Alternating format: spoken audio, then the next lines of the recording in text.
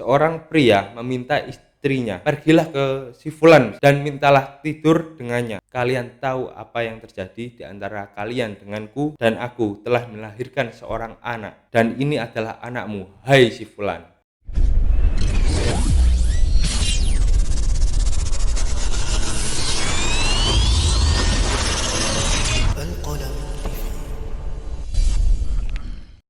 Assalamualaikum warahmatullahi wabarakatuh.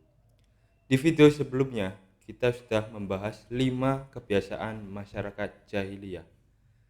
Dan bagi yang belum menontonnya, silakan ditonton dulu video sebelumnya. Karena salah satu poin dari video tersebut menarik untuk dibahas lebih lanjut. Dan langsung saja, inilah macam-macam pernikahan di zaman jahiliyah. Pernikahan yang pertama adalah pernikahan al-wiladah. Pernikahan ini adalah pernikahan yang masih digunakan sampai sekarang. Dalam pernikahan ini adalah seorang laki-laki yang hendak menikahi seorang wanita datang menemui orang tua si wanita dengan maksud untuk melamarnya. Kemudian ia menikahinya beserta maharnya. Dan pernikahan ini dibenarkan dan diperbolehkan karena bertujuan untuk mendapatkan keturunan. Dan yang kedua adalah pernikahan al-istibda. Dalam pernikahan ini, seorang suami akan meminta istrinya untuk pergi menemui laki-laki lain untuk mencampurinya. Dan lelaki yang dipilih bukan sembarangan, tapi lelaki yang dipilih adalah lelaki yang biasanya memenuhi kriteria. Biasanya adalah yang ganteng, gagah, terpandang, dan biasanya datang dari kalangan pemimpin. Apa tujuannya?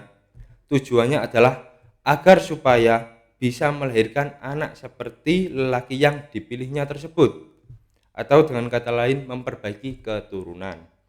Contohnya, seorang pria meminta istrinya, "Pergilah ke si fulan misalnya, dan mintalah tidur dengannya."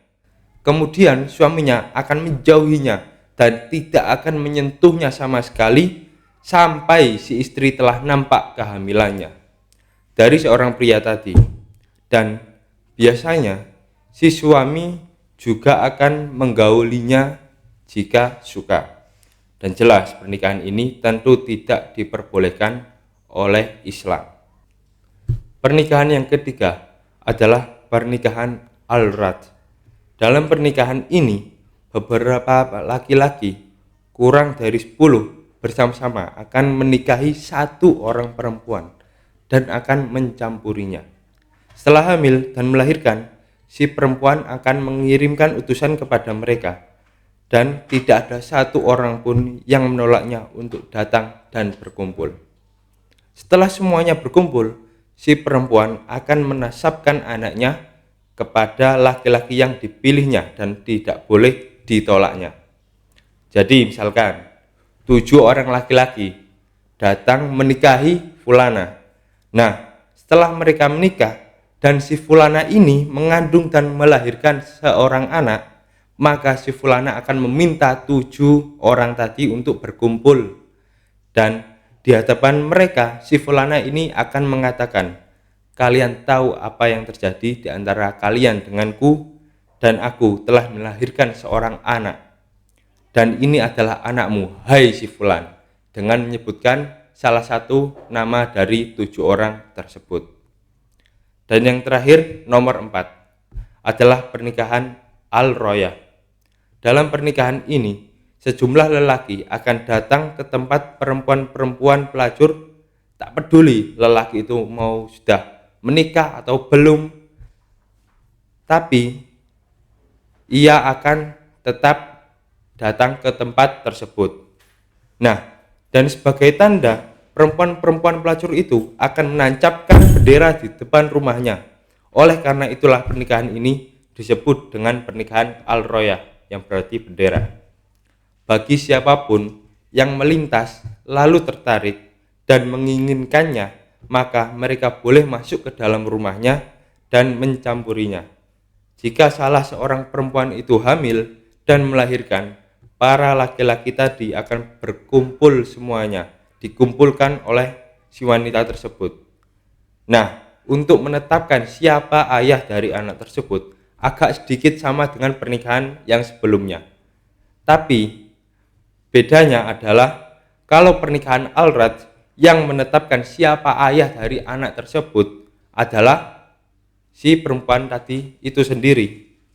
Sedangkan di pernikahan al-rayah ini yang menetapkan siapa ayah dari anak tersebut adalah seorang khaif. Siapa itu seorang khaif? Ia adalah seorang yang pandai mengamati tanda-tanda anak dari turunan siapa itu. Dilihat dari ciri-cirinya, nanti dia akan menetapkan anak siapakah itu. Jadi sang khaif akan menasabkan anak tersebut kepada seorang laki-laki yang juga disetujui oleh si perempuan, dan tidak ada seorang pun yang dari mereka yang bisa menolaknya. Nah, itu tadi macam-macam pernikahan di zaman jahiliyah. Kira-kira menurutmu selain pernikahan al-walidah masih ada gak sih pernikahan yang ada pada zaman jahiliyah di zaman sekarang ini? Tulis pendapatmu di kolom komentar. Wassalamualaikum warahmatullahi wabarakatuh.